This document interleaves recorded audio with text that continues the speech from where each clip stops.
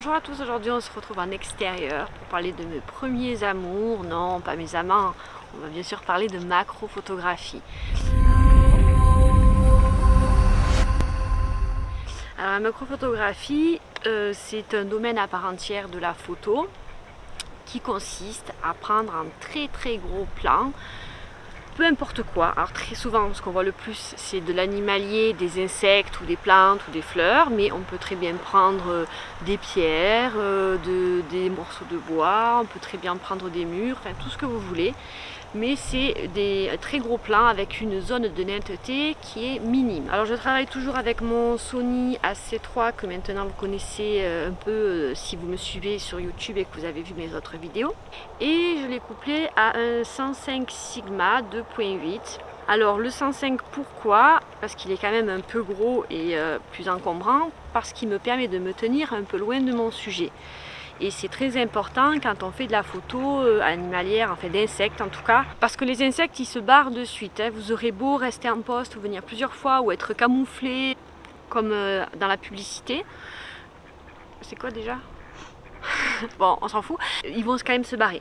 Donc le 105 macro vous permet d'avoir plus de recul pour la prise de vue et puis ça force aussi à s'éloigner un peu plus du sujet et intégrer un peu d'environnement coloré dans le sujet principal, dans la prise de vue, dans la photo. Il existe aussi des 60 en macro, des 90, d'ailleurs j'avais commencé avec un 60 mais qui nécessitait d'être quand même collé pour réussir à capter la mise au point et être à 1 sur 1 au niveau du rapport.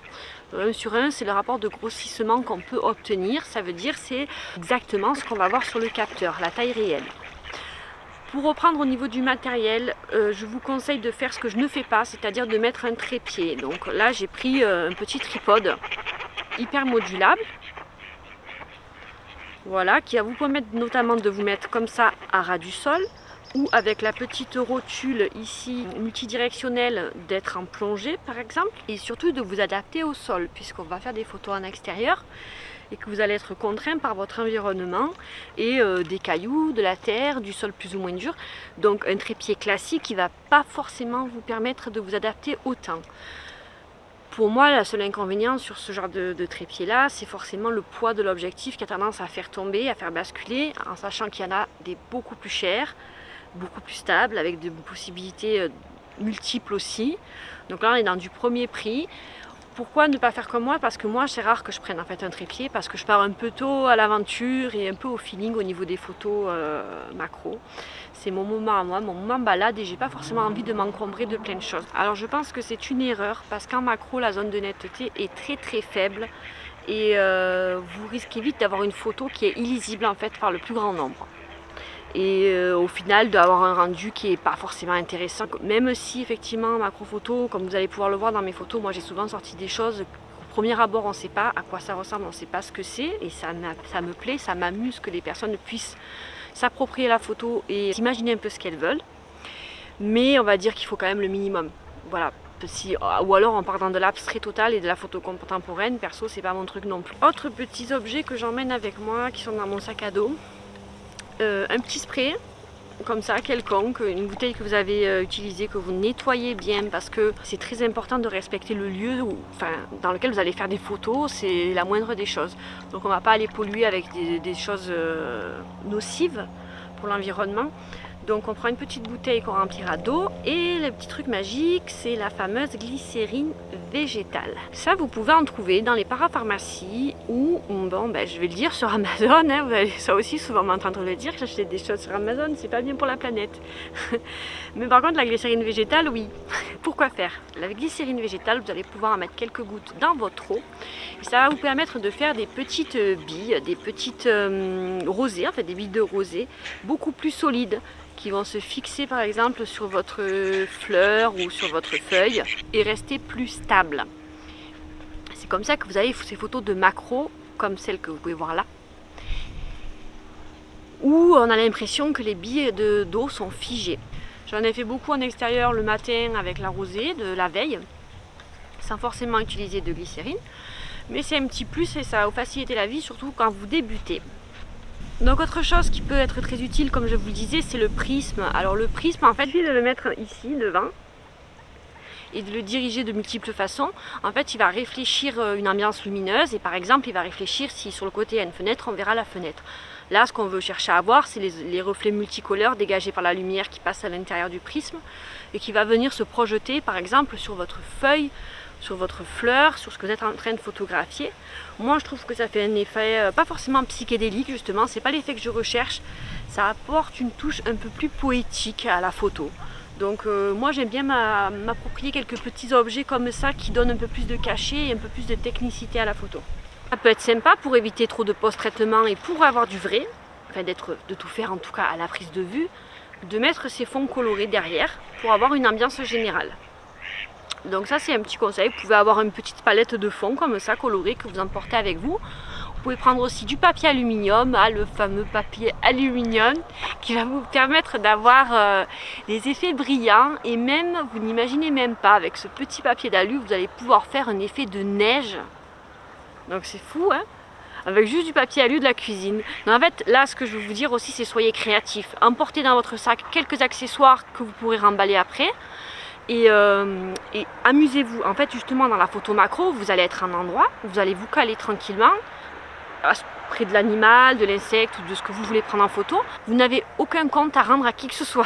Donc, faites-vous plaisir, prenez le temps et soyez créatifs. Et pour être créatif, j'ai investi dans des petits cubes comme ça.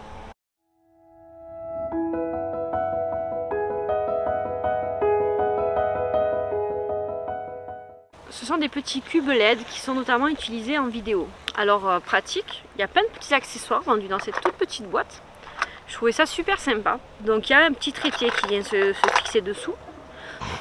Vous allez pouvoir poser la cube light à côté de votre fleur par exemple, avec son petit trépied qui est livré, qui est autonome. Et surtout vous allez pouvoir l'agrémenter de petits accessoires. Vous avez un petit carré de base comme ça avec 4 points aimantés qui viennent s'aimanter devant votre lumière. Et ensuite, vous pouvez fixer les différents accessoires. Et il y a des petits filtres, il y a toute une palette de petites gélatines colorées pour venir fixer devant la lumière. Vous avez aussi du nid d'abeille. Et vous avez un joli diffuseur blanc pour vous faire une lumière plus douce parce que ces petites LED, mine de rien, sont quand même assez fortes. Donc ça se recharge avec du câble USB qui est fourni. Et je trouve le kit vraiment très complet pour moins de 50 €. Hein. Donc très sympa pour accessoiriser au moment de la prise de vue, même si vous vous dites que vous allez faire un petit peu du studio, on va dire en macro, c'est-à-dire qu'il n'est pas interdit aussi de ramener votre fleur, vos fleurs ou vos objets, votre écorce, ce que vous voulez chez vous, vous faire un petit plan, un petit studio et du coup d'agrémenter de lumière. Au moins quand vous êtes en intérieur, vous n'êtes pas importuné par le vent, c'est vrai que vous pouvez maîtriser votre prise de vue de A à Z. Moi c'est pas ce que je fais, je le fais vraiment très rarement, uniquement sur cette petite prise de vue que vous allez voir tout à l'heure dans mon mini jardin japonais où j'utilise ces lumières, donc pour vous montrer justement en condition comment j'utilise ces petites lumières.